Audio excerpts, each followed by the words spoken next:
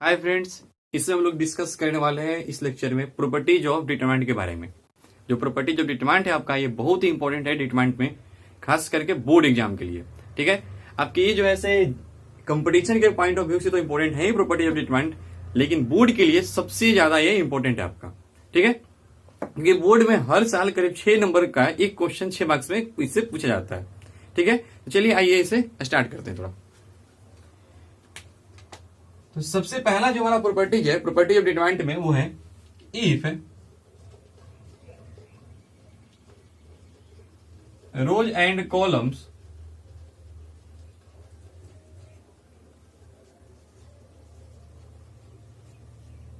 कह रहा है कि if rows and columns are interchange then value of determinant remains unchanged. ठीक है, चलिए देखिए ध्यान से। कहा रहा है कि यदि आप जो है से किसी भी डिटरमिनेंट का रो और कॉलम को आपस में इंटरचेंज कर दीजिएगा तो डिटरमिनेंट के वैल्यू पे कोई फर्क नहीं पड़ेगा। जैसे देखते हैं एग्जाम्पल के, कि मान लीजिए हमारे पास एक डिटरमिनेंट ए है जो लिखा हुआ है A B C D E F और जी एच आई, 3 क्रॉस 3 का ये आपका डिटरमिनेंट हो गया।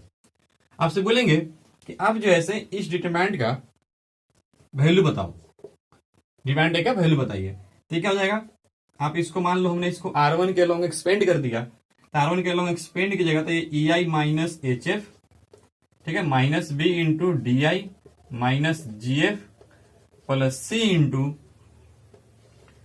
DH minus EG। ठीक है, ये इसका डिटरमिनेंट ये आएगा। अब क्या कर रहा है कि यदि रो और कॉलम को आपस में इंटरचेंज कर दिया जाए तो डिटरमिनेंट पे कोई फर्क नहीं पड़ेगा। तो चलिए हम रो और कॉलम को आपस में इंटरचेंज कर लेते हैं। रो और कॉलम इंटरचेंज का मतलब है कि R1 को C1 में चेंज कर लेंगे, R2 को C2 के साथ और R3 को C3 के साथ। ठीक है, रो और कॉलम आपस में इंटरचेंज हो जाएगा। तो मान लो जो इंटरचेंज करने के बाद जो नया डिटरमिनेंट बना उसको हमने A डैश से डिनोट कर दिया, तो ये आपका R1 है तो ये आपका क्या बन जाएगा, ये आपका C1 बन जाएगा। जो R2 है वो आपका C2 बन गया। ठीक है, और जो R3 है वो आपका C3 बन गया। ठीक, अब क्या करना है, अब आपको A डैश का डिटरमिनेंट वैल्यू निकालना है। चलिए निकालते हैं A डैश इक्वल टू। ठीक है, अब देखिए यहां पे हम इसको एक्सपेंड करते हैं A डैश को C1 के लॉन्ग। हम पीछे लेक्चर में पढ़ाए भी हैं कि डिटरमिनेंट को आप किसी भी रो या किसी भी कॉलम के लॉन्ग आप एक्सपेंड कीजिए, डिटरमिनेंट के वैल्यू पे कोई फर्क नहीं पड़ता है। तो चलिए इसको हमने एक्सपेंड कर दिया C1 के लॉन्ग। C1 के लॉन्ग एक्सपेंड करेंगे तो A EI माइनस HF, ठीक है, माइनस B, जब B लीजिएगा तो ये रो और ये कॉलम बंद हो जाएगा, यानी हो जाएगा DI minus GF plus C into, जब C लीजिएगा तो ये वाला रो और ये कॉलम बंद हो जाएगा, तो अब ये हो जाएगा DH, जब C लेंगे तो हो जाएगा DH माइनस G। ठीक है, अब देखिए तो ध्यान से कि क्या इसका डिटरमिनेंट वैल्यू और क्या इसका डिटरमिनेंट वैल्यू सेम है क्या। तो देखिए A into EI minus HF, EI minus HF minus B into DI minus GF minus B into DI minus GF plus C into DH minus EG plus C into DH minus GI, बात बराबर है। तो क्या हुआ, हमने क्या देखा कि जो पहले जो हमारा जो डिटरमिनेंट था उसका वैल्यू और उसी डिटरमिनेंट के जब हम रो और कॉलम को आपस में इंटरचेंज कर दिए तो उस डिटरमिनेंट का वैल्यू क्या है, दोनों वैल्यू सेम आ रहा है। तो ये हमारा प्रॉपर्टी क्या हुआ, एक तरह से प्रूफ हो गया। ठीक, तो क्या करना कि अगर रो और कॉलम को अगर आप आपस में इंटरचेंज कीजिएगा तो डिटरमिनेंट के वैल्यू पे कोई फर्क नहीं पड़ेगा। चलिए अब देखते हैं एक चीज और कि हमने क्या किया है। हमने देखिए अगर मान लीजिए कि ये जो A है ये मान लीजिए एक स्क्वायर मैट्रिक्स हुआ रहता है, अभी तुमने डिटरमिनेंट लिया था, मान लो कि स्क्वायर मैट्रिक्स होता है। ठीक है, तो ये स्क्वायर मैट्रिक्स है, स्क्वायर मैट्रिक्स का डिटरमिनेंट वैल्यू निकल के आता है। हमने इस स्क्वायर मैट्रिक्स का डिटरमिनेंट वैल्यू निकाला तो ये आ गया। ठीक है, अब चलिए ये हमारे पास क्या है, A डैश है।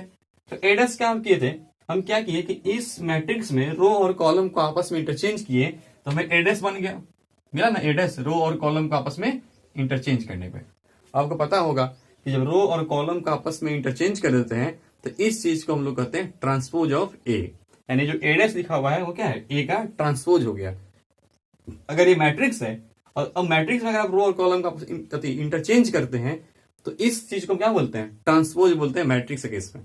ठीक है, तो हमने क्या किया कि ये हमारा मैट्रिक्स था, रो और कॉलम इंटरचेंज किया तो ये मिल गया, तो ये क्या हो गया, ट्रांसपोज हो गया। तो हमने क्या देखा कि इसका डिटर्मिनेंट भी क्या आया, वैल्यू इसी के डिटरमिनेंट वैल्यू के बराबर आया। तो हम एक चीज और कह सकते हैं यहाँ पे कि determinant of A equal to determinant of A का ट्रांसपोज, ये भी एक प्रॉपर्टी हो गया।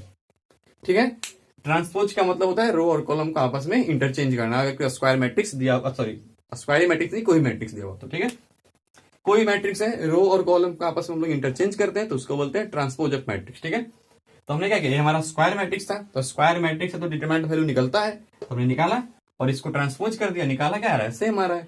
तो यहां से बोल सकते हैं हम यहां से एक प्रॉपर्टी कि यदि ए स्क्वायर मैट्रिक्स है, ध्यान दीजिएगा कि यदि ये स्क्वायर मैट्रिक्स है तो determinant of A equal to determinant of A का ट्रांसपोज होता है।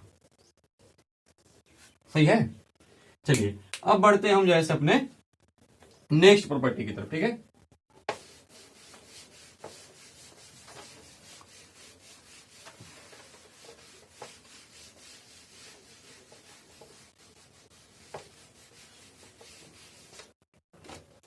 सेकेंड प्रॉपर्टी है हमारा if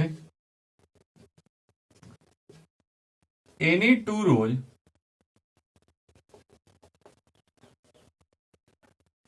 or columns are interchanged, then value of determinant, then sign of determinant change लिख लो, then sign of determinant change। देखिए कहा क्या रहा है, एक चीज और पहले समझ लीजिए कि जो भी प्रॉपर्टी रो पे अप्लीकेबल होगा वो प्रॉपर्टी कॉलम पर भी अप्लीकेबल होगा।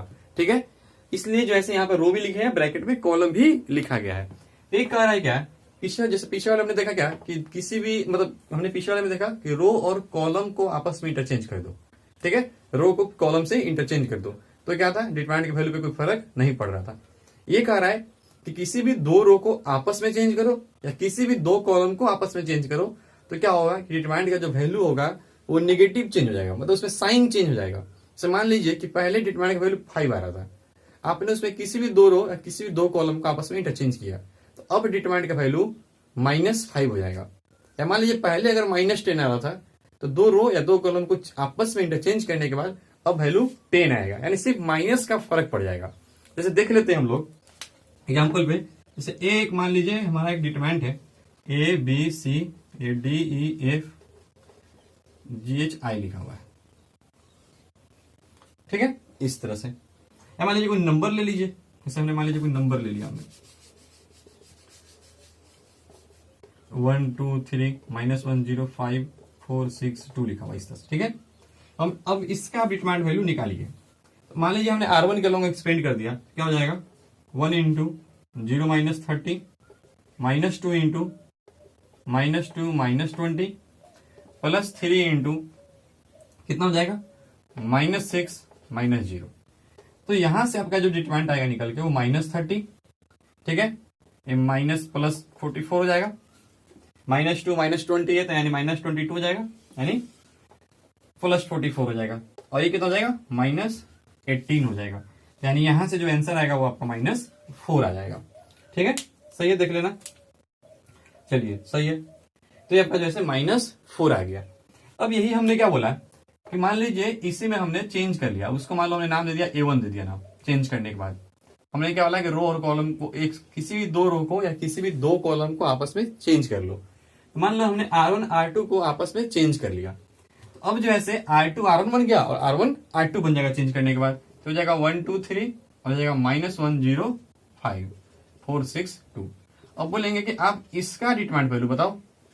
चलो इसको भी हमने एक्सपेंड कर लिया R1 के लॉन्ग, तो ये हो जाएगा -1 × 4 -18, ये तो 0 है तो हमने 0 टर्म छोड़ दिया, फिर लिखा +5, ये हो जाएगा 6 -8, यानी ये आपका कितना आ जाएगा, देखिए तो यहां से कितना आएगा -14, यानी हो जाएगा 14।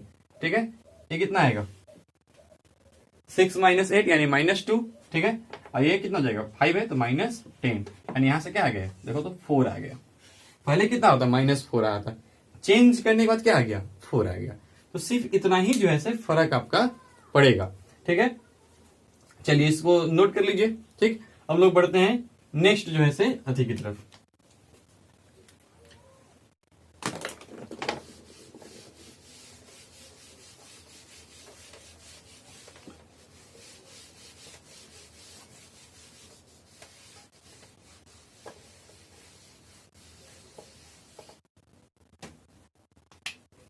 प्रॉपर्टी नंबर 3 है, इफ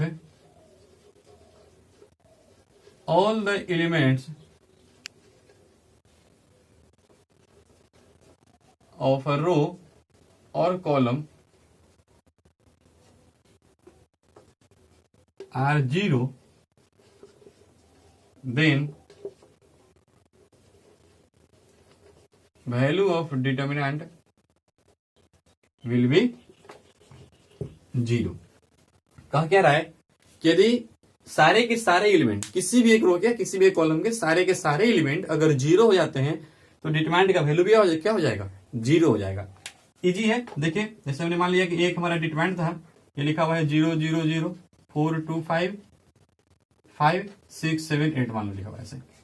वो अब इसको देखिए, अब इसको आप R1 के लॉन्ग एक्सपेंड कर लीजिए। R1 के लॉन्ग एक्सपेंड किया तो भी 0 इंटू समथिंग हो जाएगा, फिर 0 इंटू समथिंग, फिर 0 इंटू समथिंग, क्या आएगा 0 ही आ जाएगा, ठीक है। तो ये बहुत इजी था।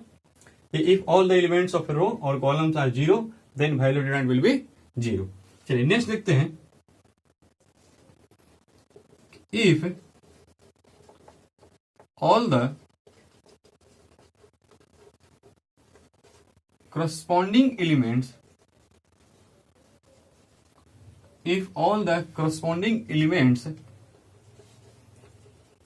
of any two row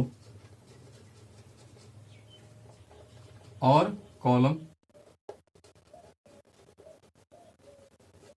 ठीक है। कहा जा रहा है कि if all the corresponding elements of any two row or columns are identical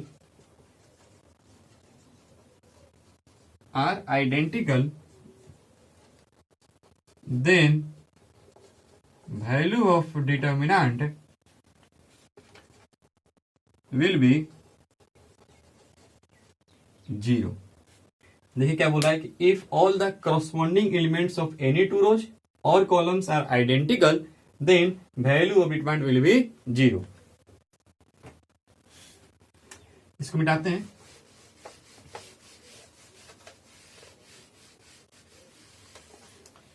important point है ये भी, देखिएगा अच्छे से। बोला है कि मान लीजिए एक हमारे पास एक डिटरमिनेंट है, लिखा हुआ है A B C, मान लो यहाँ पर लिखा है D E F, और फिर यहाँ पर लिखा हुआ है A B C, नंबर ले लो, ठीक है, इजी हो जाएगा थोड़ा। मान लीजिए यहाँ पर लिखा हुआ है 1 2 3, यहाँ पे मान लीजिए 1 2 3 0 5 6, इस तरह से। अब देखिए ध्यान से, क्या है कि इस डिटरमिनेंट में क्या है कि आपका R1 और R3 दोनों क्या है, सारे के सारे एलिमेंट्स आइडेंटिकल हैं, करस्पॉन्डिंग एलिमेंट्स आइडेंटिकल है। ये 1 है तो यहाँ भी 1 है, ये 2 है तो ये भी 2 है, 3 है तो ये भी 3 है। तो क्या है कि ऑल करस्पॉन्डिंग एलिमेंट्स क्या है, आइडेंटिकल है, ठीक है। जब सारे के सारे करस्पॉन्डिंग एलिमेंट्स आइडेंटिकल हो जाए किसी भी दो रो या किसी भी दो कॉलम का, तो इस डिटरमिनेंट का वैल्यू क्या आएगा 0 आएगा। आप इसको देख भी सकते हैं, जैसे मान लो हमने यहाँ पर डिटरमिनेंट वैल्यू निकाला, ठीक है, जाएगा 1 इंटू 15 माइनस 12 -2 इंटू -2 0 माइनस 6, फिर प्लस 3 इंटू 0 माइनस 5, ठीक है। अब इसको सोल्व कीजिए, 15 माइनस 12 कितना जाएगा 3, ये कितना जाएगा आपका प्लस 12, और ये कितना जाएगा -15। देखिए सोल्व करके क्या आएगा 0 आएगा, ठीक है। तो हमने कहा कि यदि सारे के सारे एलिमेंट्स आइडेंटिकल हो जाए तो उनका डिटरमिनेंट वैल्यू क्या आएगा 0 आएगा। क्लियर है। चलिए इसको भी आप नोट डाउन कर लीजिए।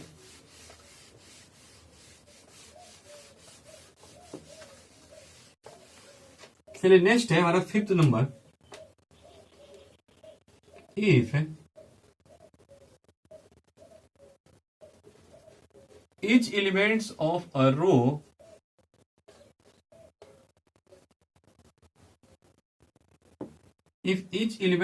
row or column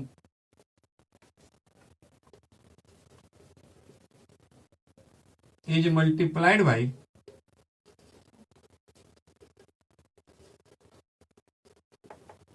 के, मान लो के कोई कांस्टेंट है, ठीक है, कहना है कि if each elements of a row और column is multiplied by K then value of determinant is also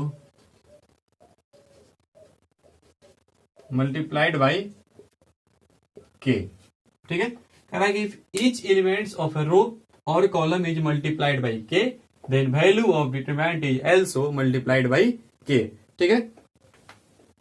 चलिए, बोल क्या रहा है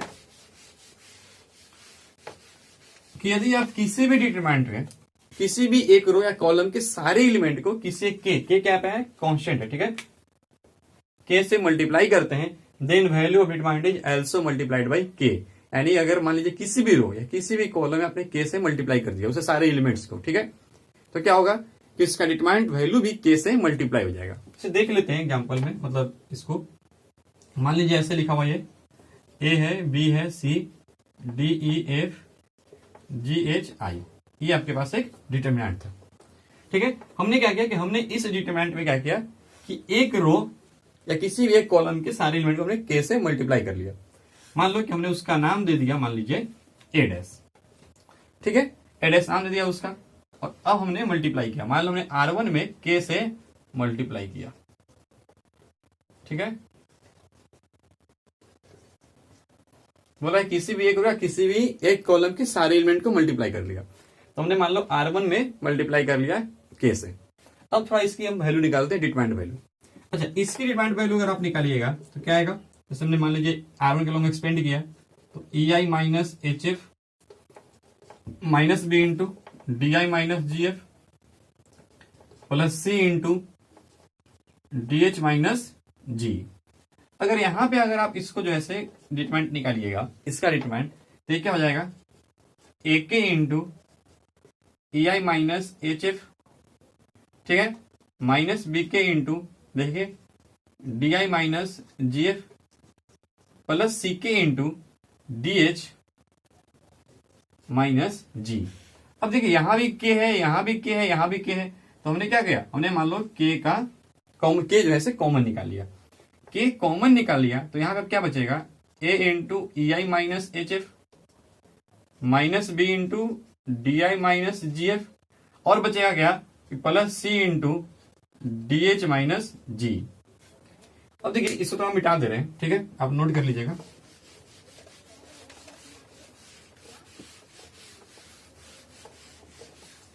अब देखिए ध्यान से कि यहां पे हमारा जो आया वो इस तरह से कुछ आया कि एडेस का जो डिटरमिनेंट आया वो k इंटू समथिंग आ रहा है। और देखिए k इंटू जो समथिंग लिखा हुआ ना, जो k इंटू क्या लिखा हुआ है, a into EI minus HF minus b into DI minus GF plus C into DH minus G, ठीक है। तो ये देखिए ये क्या है, ये जो इंटू में लिखा गया है वो एक्चुअली में डिटरमिनेंट क्या है, a के डिटरमिनेंट का बराबर है। देखिए जो a का डिटरमिनेंट है वही तो यहाँ पर लिखा गया k के इंटू में, तो इसको मैं ऐसे लिख दे कि a डैश का जो डिटरमिनेंट आया वो k इंटू a का डिटरमिनेंट आएगा, सही है, k इंटू a का डिटरमिनेंट आया। तो हमने क्या किया, हमने प्रूफ कर दिया कि हमारा जो a डैश था वो क्या था, a डैश क्या था कि हमने a में जो हमारा a डिटरमिनेंट था उसे हमने R1 में k से मल्टीप्लाई किया और उस डिटरमिनेंट को हमने नाम दिया था a डैश। तो a डैश का जो डिटरमिनेंट आया वो k into determinant of a के बराबर आ गया। तो ये हमारा प्रॉपर्टी भी कह रहा था। तो क्या बोला कि अगर किसी भी एक रो में या किसी भी एक कॉलम में अगर आप k से मल्टीप्लाई कीजिएगा, ठीक है, तो डिटरमिनेंट का वैल्यू भी k से मल्टीप्लाई हो जाएगा। और इस चीज को हम लोग पीछे वाले लेक्चर में भी डिस्कस किए हुए हैं, ठीक है। चलिए इससे हम लोग अभी और आगे देखते हैं। इसको हम लोग ऐसे भी लिख सकते हैं k, और ये क्या डिटरमिनेंट ऑफ a है, तो डिटरमिनेंट ऑफ a है तो इसको हम लोग क्या लिख सकते हैं, डिटरमिनेंट ऑफ a क्या है, a b c d e f g h i लिख सकते हैं, ऐसे लिख सकते हैं ना।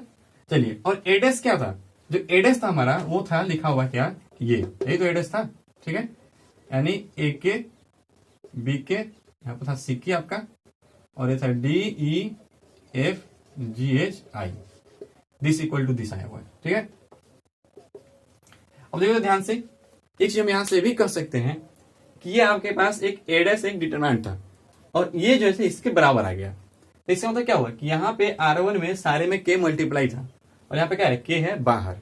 तो इससे एक चीज ये भी हो रहा है कि हम की डिटरमिनेंट में किसी भी रो से हम कुछ भी फैक्टर कॉमन बाहर निकाल सकते हैं किसी भी एक रो या किसी भी एक कॉलम से। देखिए यहाँ पे पहले यहाँ पे के मल्टीप्लाई था, और वो क्या है, के बाहर है, बाकी सब ऐसे अंदर में लिखा हुआ है। तो इसका मतलब क्या हुआ कि R1 से के क्या है, कॉमन निकाल लिया गया है। ठीक है, R1 से के कॉमन निकाल लिया गया है। तो यहां से अपना नेक्स्ट प्रॉपर्टी कर सकते हैं, शायद प्रॉपर्टी नंबर 6 हो जाए, देखिएगा कौन सा था। तो यहां से हम एक प्रॉपर्टी कर सकते हैं, ठीक है, क्या कि हम डिटरमाइंड के किसी भी रो या किसी भी कॉलम से हम कॉमन जो है फैक्टर निकाल सकते हैं। ठीक है, चलिए तो इसको जैसे लिख लेते हैं, फ्रॉम अ रो और कॉलम we can take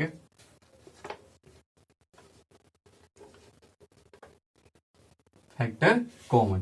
कहने का मतलब है कि हम किसी भी रो या किसी भी कॉलम से हम जैसे कॉमन बाहर फैक्टर निकाल सकते हैं। ठीक है, जैसे यहां पर हमने दिखाया, इसी वाले प्रॉपर्टी से भी आ गया।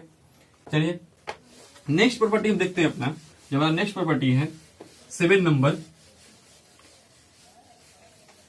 7 नंबर कहता है कि वो भी इसी पे बेस्ड है आपका, if all the elements of a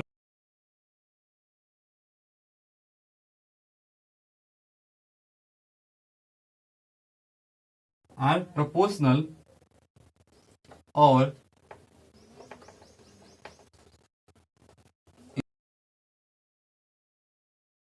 if all the elements of a row are proportional or in the same ratio,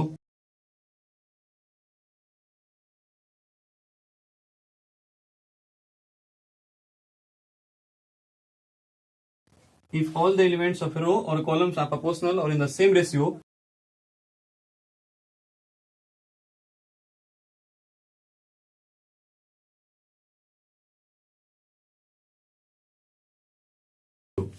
देखिए कहता क्या है कि किसी, देखिए ये भी जो प्रूफ होगा ना, वो भी इसी से पे बेस्ड रहेगा। ठीक है, क्या कह रहा है कि all the elements of a row are proportional और in the same ratio to the any other row. ठीक है, देन वैल्यू ऑफ रो और कॉलम भी यहाँ पे लिख लीजिएगा, then value of determinant value भी 0। कहने का मतलब है कि किसी भी एक रो के सारे एलिमेंट प्रोपोर्शनल हो जाए किसी अनदर रो के एलिमेंट्स के, या फिर जो कहो कि सेम रेशियो में रहे, तो इनका डिटरमाइंड वैल्यू क्या आएगा, 0 हो जाएगा। ये कुछ डिफरेंट नहीं है, इन चीज पे बेस्ड है। देखिए कैसे हो जाएगा,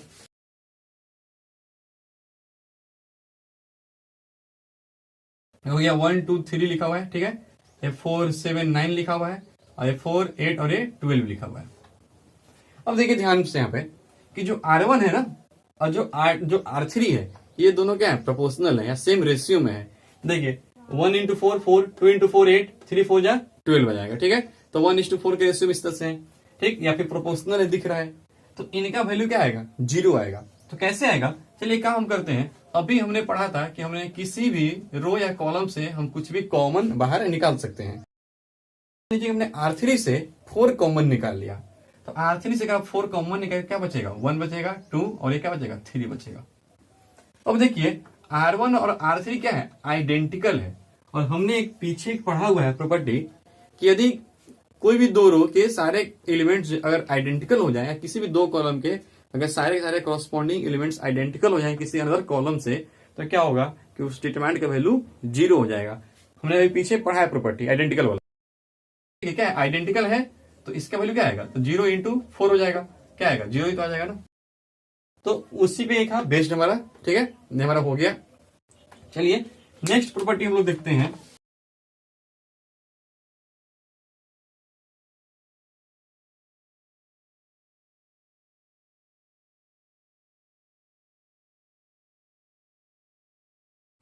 नेक्स्ट हमारा जो प्रॉपर्टी है वो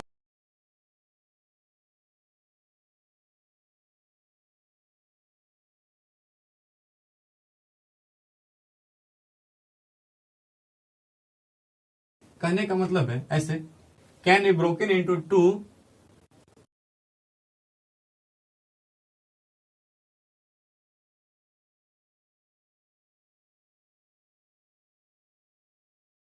कहने का मतलब है, जैसे सोचिए कि मान लीजिए किसी भी डिटरमाइंड में किसी भी एक रो या किसी भी एक कॉलम के एलिमेंट्स जो है से ऑफ 2 टर्म्स लिखा हुआ हो, मतलब 2 टर्म का समेशन के फॉर्म में लिखा हुआ हो, या फिर 3 टर्म्स के समेशन के फॉर्म में लिखे हुए हो, तो हम क्या कर सकते हैं कि हम उनके समेशन पे क्या कर सकते हैं, ब्रेक कर सकते हैं उस डिटरमाइंड को।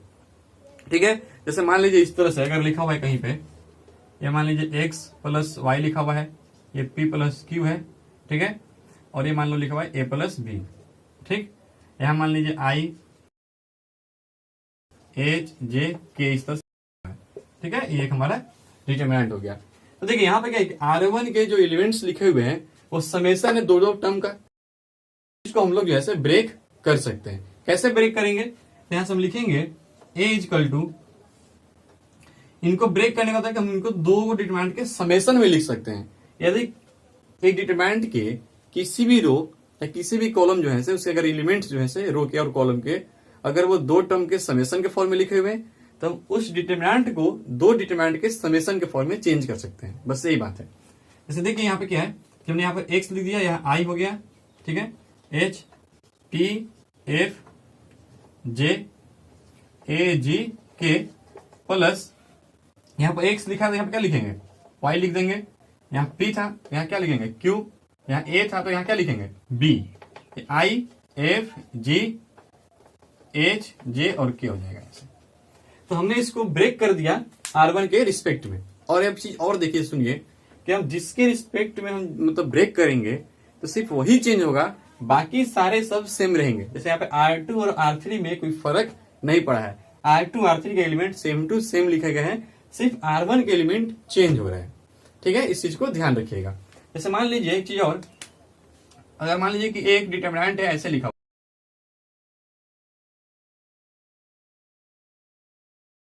ठीक है, अगर आपसे बोले कि आप इसको जो है ब्रेक कीजिए, इसको ब्रेक करना है, तो ऐसा नहीं होगा कि हम एक बार में सबको ब्रेक कर लेंगे। जैसे मान लीजिए कोई बच्चा ऐसे लिख दे कि a इजकल टू लिख दे, वो डायरेक्टली,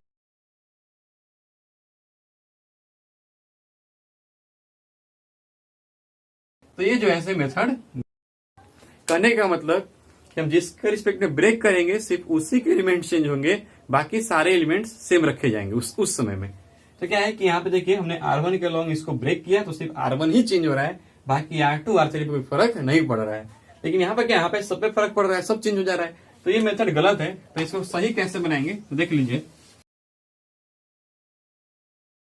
ये हमारा लिखा हुआ था, तो जैसे मान लो ऐसे यहाँ पे क्वेश्चन लिख लेते हैं, ठीक है, ये आपका a plus B C plus D e plus F और ये g प्लस एच लिखा हुआ है। हमने मान लीजिए इसको पहले ब्रेक किया R1 के रिस्पेक्ट में, तो अगर R1 के रिस्पेक्ट में ब्रेक करेंगे तो सिर्फ R1 ही चेंज होगा, बाकी कोई भी चेंज नहीं होगा। प्लस यहां हो जाएगा b g प्लस एच हो गया, ठीक है, ऐसे।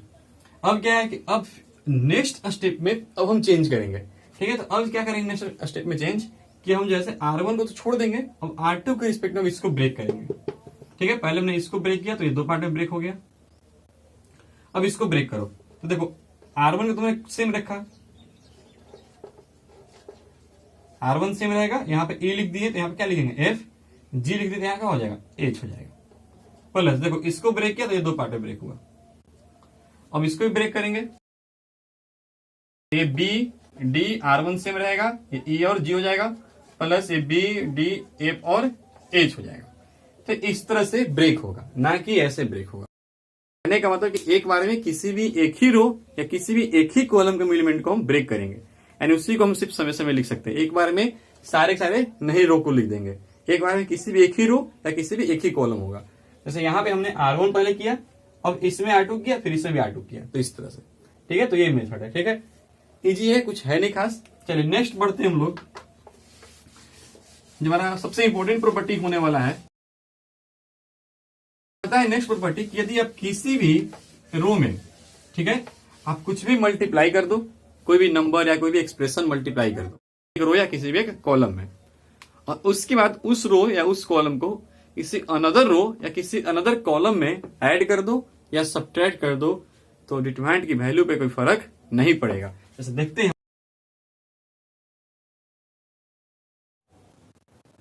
एनी रो और column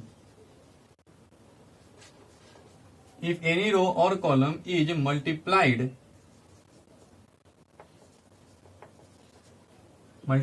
by constant or expression and then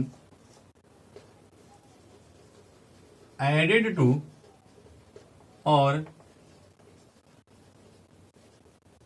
subtracted from, कि if any row or column is multiplied by constant, ठीक है, किसी भी रो किसी भी कॉलम को कांस्टेंट से मल्टीप्लाई करो या फिर किसी एक्सप्रेशन से मल्टीप्लाई करो, and then it is added to और सब्ट्रैक्टेड, एंड देन लिख लो कि then it is added to और subtracted from another row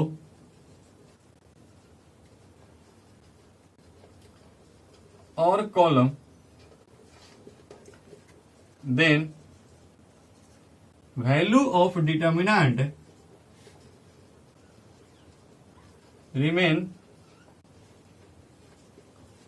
unchanged।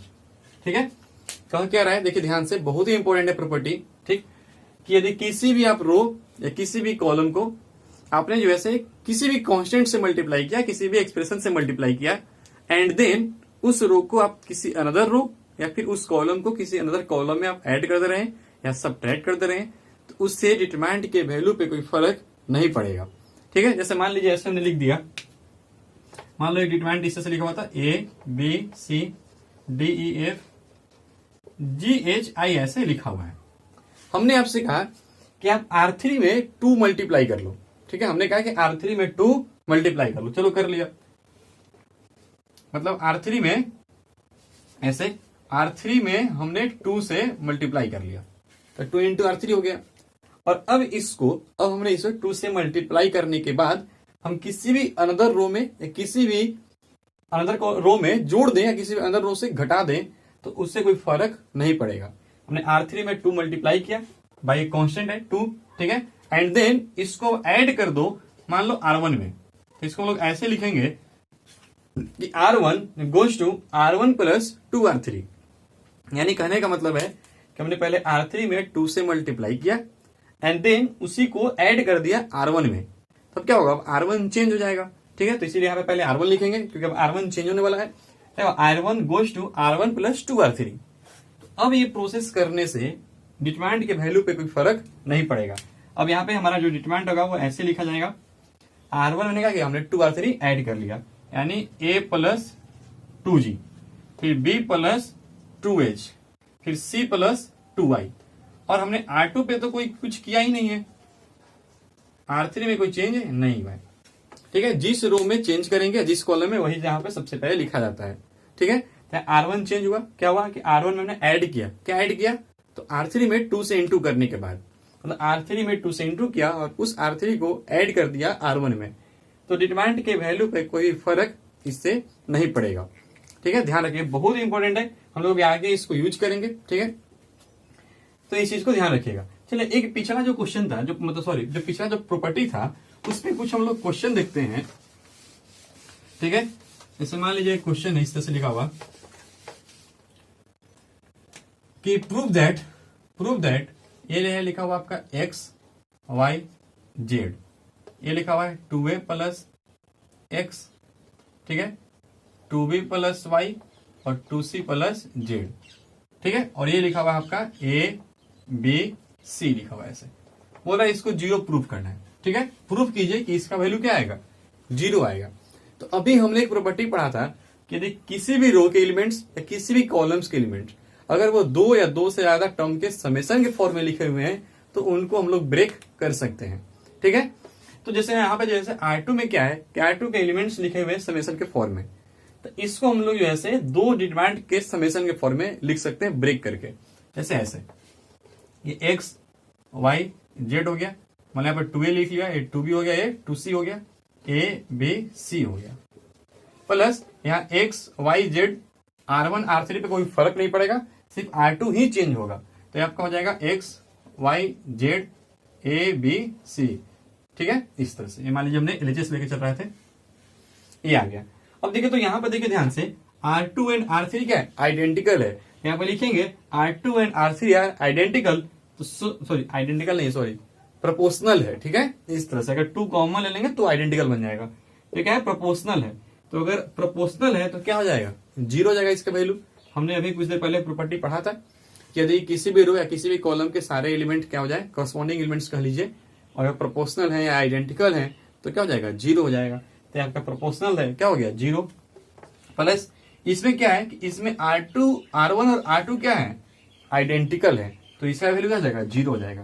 तो क्या आ गया 0, यानी LHS क्या आ गया, RHS के बराबर आ गया, हेंस प्रूव्ड हो गया। बहुत इजी क्वेश्चन था, ठीक है। देखिए यहाँ पे आपको जो बोर्ड में मान लीजिए क्वेश्चन पूछेगा तो आपको वहां पे रीजन लिखना पड़ेगा, आपको लिखना पड़ेगा क्या है, क्या R1 और R2 क्या है, आइडेंटिकल है, so value of determinant will be 0। And यहाँ भी क्या है, ये दोनों प्रोपोर्शनल है, तो वैल्यू ऑफ डिटरमिनेंट क्या हो जाएगा, 0 हो जाएगा। तो आपको ये रीजन देना पड़ेगा वहां पे साइड में, ठीक है। तो आप लिख लीजिएगा। चलिए हो गया। अभी तक हमने बहुत सारा प्रॉपर्टी देखा। हमने देखा कि यदि आप जो है रो और कॉलम को इंटरचेंज करेंगे तो डिटरमिनेंट के वैल्यू पे कोई फर्क नहीं पड़ेगा, पहला प्रॉपर्टी था। दूसरा प्रॉपर्टी था कि यदि आप किसी भी 2 रो को आपस में इंटरचेंज कीजिए या किसी भी 2 कॉलम को आपस में इंटरचेंज कीजिए तो डिटरमिनेंट के वैल्यू पे क्या फर्क पड़ेगा, तो सिर्फ माइनस साइन का, ठीक है, सिर्फ साइन चेंज हो जाएगा। फिर हमने एक और थर्ड पढ़ा, यदि सारे के सारे एलिमेंट्स अगर 0 हो जाए किसी भी एक रो के या किसी भी एक कॉलम के तो डिटरमिनेंट का वैल्यू क्या हो जाएगा, 0 हो जाएगा। फिर हमने पढ़ा कि यदि जो है एक जो है हमने पढ़ा है फिर कॉमन लेने वाला, ठीक है, कि हम जो है फैक्टर कॉमन निकाल सकते हैं किसी भी रो किसी भी कॉलम से। उससे पहले हमने एक पढ़ा कि अगर आप किसी भी रो या किसी भी कॉलम के सारे एलिमेंट्स को यदि आप किसी कांस्टेंट के से मल्टीप्लाई करते हैं तो डिटरमिनेंट के वैल्यू में भी के से मल्टीप्लाई हो जाएगा। फिर हमने पढ़ा कि अगर आइडेंटिकल है एलिमेंट्स तो डिटरमिनेंट की वैल्यू 0 हो जाएगा। फिर पढ़ा कि अगर प्रोपोर्शनल है तो भी डिटरमिनेंट की वैल्यू 0 हो जाएगा या ये सेम रेशियो में है। फिर हमने पढ़ा कि यदि मान लीजिए 2 रो या 2 कॉलम के जो किसी भी रो या किसी भी कॉलम्स के जो एलिमेंट्स हैं अगर वो समेशन के फॉर्म में लिखे हुए हैं तो हम उनको 2 डिटरमिनेंट के समेशन में ब्रेक कर सकते हैं। फिर हमने सबसे इंपॉर्टेंट जो भी पढ़ा वो ये पढ़ा कि आप किसी भी रो या किसी भी कॉलम के एलिमेंट्स को आप किसी कांस्टेंट से या किसी भी एक्सप्रेशन से मल्टीप्लाई कीजिए तो देन उसको ऐड कीजिए या सब्ट्रैक्ट कीजिए किसी अनदर रो में, ठीक है, तो क्या होगा, डिटरमिनेंट के वैल्यू पे कोई फर्क नहीं पड़ेगा, ठीक है। चलिए अब कुछ आगे बढ़ते हैं, कुछ देखते हैं और भी प्रॉपर्टीज का, ठीक है। क्या है कि मान लीजिए पहले उससे पहले कि इफ ऐसे let A and B are a square matrix of same order, ठीक है, देन इसी में पहला प्रॉपर्टी क्या हो जाएगा कि determinant of A into B equal to determinant of A into determinant of B. देखिए स्क्वायर मैट्रिक्स है तो क्या हो जाएगा कि अगर स्क्वायर मैट्रिक्स है तो उसका डिटरमिनेंट वैल्यू तो निकलेगा, ठीक है। तो क्या होगा कि अगर ए और बी दोनों स्क्वायर मैट्रिक्स है, सेम ऑर्डर है, तो ए इंटू बी मल्टीप्लाई भी हो जाएगा, ठीक है। ए भी मल्टीप्लाई होने के लिए जरूरी क्या होता है आपको मैट्रिक्स से बताए हुए अगर देखिएगा मैट्रिक्स जाकर के मैट्रिक्स के लेक्चर में आपको मालूम चलेगा कि मल्टीप्लीकेशन कैसे होता है 2 मैट्रिक्स के बीच में, ठीक है, और क्या जरूरी होता है मल्टीप्लीकेशन के लिए। तो यहाँ पे क्या है कि इसको आप ऐसे भी लिख सकते हैं किसी किसी बुक में कि ए डॉट बी का जो डिटरमिनेंट होता है वो determinant of A into determinant of B होता है, ठीक है, बात वही हो गया। अगर सेम ऑर्डर का रहेगा और स्क्वायर मैट्रिक्स आएगा तो ए इंटू बी पॉसिबल है, तो ए इंटू बी का जो डिटरमिनेंट आएगा वो determinant of A into determinant of B के बराबर आएगा। इसी पे एक और चीज देखते हैं कि determinant of A plus B not equal to determinant of A plus determinant of B, ये चीज ध्यान दीजिएगा, ठीक है। ए और बी दो स्क्वायर मैट्रिक्स है, दोनों का ऑर्डर सेम है तो ए प्लस बी पॉसिबल है, ठीक है। तो ए प्लस बी का जो डिटरमिनेंट आएगा वो डिटरमिनेंट ऑफ ए और डिटरमिनेंट ऑफ बी के बराबर नहीं होता है, उसमें तो समेशन के उनके बराबर नहीं होता है, जबकि यहां पर मल्टीप्लाई वाले केस में ऐसा होता है, ध्यान रखिएगा, ठीक है। फिर नेक्स्ट प्रॉपर्टी देखते हैं, determinant value of odd order askew symmetric matrix, determinant value of odd order askew symmetric matrix is 0। देखिए कहा क्या रहा है कि askew symmetric matrix जो होगा जो ऑड ऑर्डर का हो, जिसका ऑर्डर क्या हो, ऑड हो, ठीक है, ध्यान रखिए। कह रहा है कि वैसे askew symmetric matrix जिसका ऑर्डर अगर ऑड है, ठीक है, तो उसका डिटरमिनेंट वैल्यू हमेशा क्या आएगा, 0 आएगा। अस्क्यू सिमेट्रिक मैट्रिक्स जो ऐसे किसे कहते हैं, ये आपको जो ऐसे डिस्क्रिप्शन में लिंक दिया रहेगा, मैट्रिक्स में पढ़ाए वहां पे आप देख सकते हैं, थोड़ा सा बता भी दे रहे हैं। अस्क्यू सिमेट्री कुछ इस टाइप का होता है कि जिसके डायगोनल एलिमेंट्स 0 होते हैं, और मान लीजिए 5 है तो ये एलिमेंट -5 हो जाएगा, ये अगर -6 है तो ये 6 रहेगा, ये अगर 7 है तो ये -7 रहेगा। मतलब ये और ये क्या होते हैं, मैग्नीट्यूड में सेम रहेगा पर साइन चेंज रहेगा, ये और ये और ये। और डायगोनल एलिमेंट्स क्या होता है, 0 होता है। अस्क्यू सिमेट्री कहते हैं कि aij इक्वल टू -aj, मतलब a12 एलिमेंट क्या होगा, -a21 के बराबर होगा। ठीक है, तो a12 है कितना है, 5 है, तो a21 कितना हो जाएगा, -5 हो जाएगा। ठीक है, जैसे ये -6 है तो ये एलिमेंट हम बोलते हैं a13, तो a13 अगर 6 है तो a31 -6 हो जाएगा। तो अगर ये मान लीजिए 6 है तो ये -6, ये -6 है तो ये 6 हो गया। इस तरह से होता है, और डायगोनल एलिमेंट 0 होते हैं अस्क्यू सिमेट्रिक में। ठीक है, कहने का मतलब कि अगर a का ट्रांसपोज -a के बराबर आ जाए तो इसको लोग बोलते हैं अस्क्यू सिमेट्रिक मैट्रिक्स। ठीक है, ये भी होता है, दो ही बात हो गया कि अगर जो है से aij -aj के बराबर होना चाहिए, मतलब a12 वाला एलिमेंट a21 का निगेटिव हो जाएगा इस तरह से। ठीक है, चलिए, तो अस्क्यू सिमेट्रिक अगर कोई मैट्रिक्स है जिसका ऑर्डर ऑड है, ठीक है, मतलब 3x3 हो गया, 5x5 हो गया, 7x7 हो गया, तो उसका डिटर्मिनेंट जो वैल्यू होगा वो हमेशा 0 होगा। ठीक है, चलिए, तो ऑड वाले का तो 0 होगा, और इवन वाले का क्या होगा, तो इवन जो होगा जिसका ऑर्डर इवन रहेगा उसका डिटर्मिनेंट वैल्यू कुछ भी हो सकता है। ठीक है, उसके बारे में बात नहीं कर रहे हैं, उसका कुछ भी हो जाएगा, पर ऑड वाले का हमेशा 0 आएगा। ठीक है, अब देख भी लीजिएगा, चलिए नोट कर लीजिएगा इसको, आगे बढ़ते हैं प्रॉपर्टी में।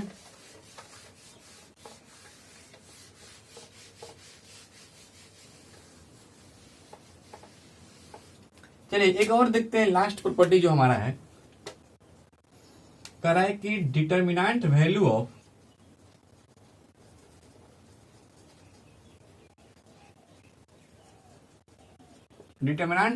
Diagonal matrix, determinant value of diagonal matrix is equal to the product of diagonal elements. ठीक है, कह रहा है कि determined value of diagonal matrix, diagonal matrix आपको पता होना चाहिए कि क्या होता है।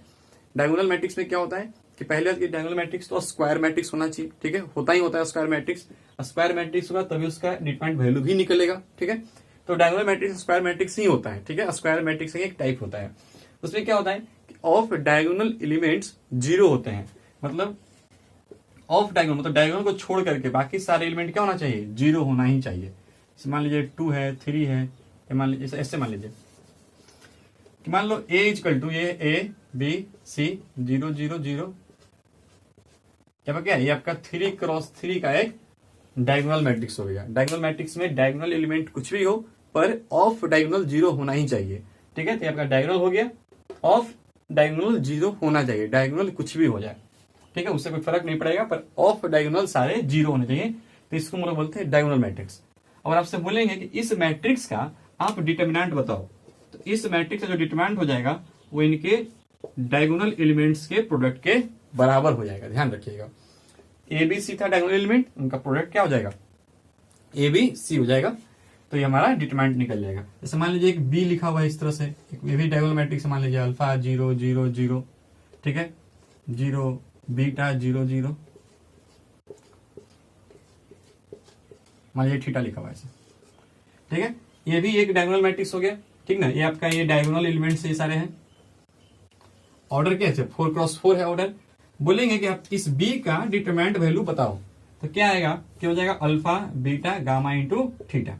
ठीक है, इस तरह से, यानी डायगोनल मैट्रिक्स का डिटरमिनेंट वैल्यू क्या होता है, तो उनके डायगोनल एलिमेंट्स के प्रोडक्ट के बराबर। बस इतना सा बात था, इजी था, इस तरह से इसको आप कर लीजिएगा ये सब चीजें। तो जितना भी अभी हमने प्रॉपर्टी देखा, सारे प्रॉपर्टीज बहुत ही इंपॉर्टेंट है। ठीक है, इन सब प्रॉपर्टीज पे बेस्ड हम लोग कुछ क्वेश्चन भी देखेंगे नेक्स्ट लेक्चर में। उससे पहले आपका प्रॉपर्टी सारा आपको याद होना चाहिए, सारा प्रॉपर्टी आपको अच्छे से समझ में आना चाहिए।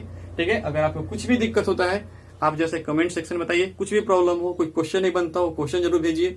ठीक है, हर तरह का हेल्प आपको यहाँ से किया जाएगा। ठीक है, चलिए, थैंक यू।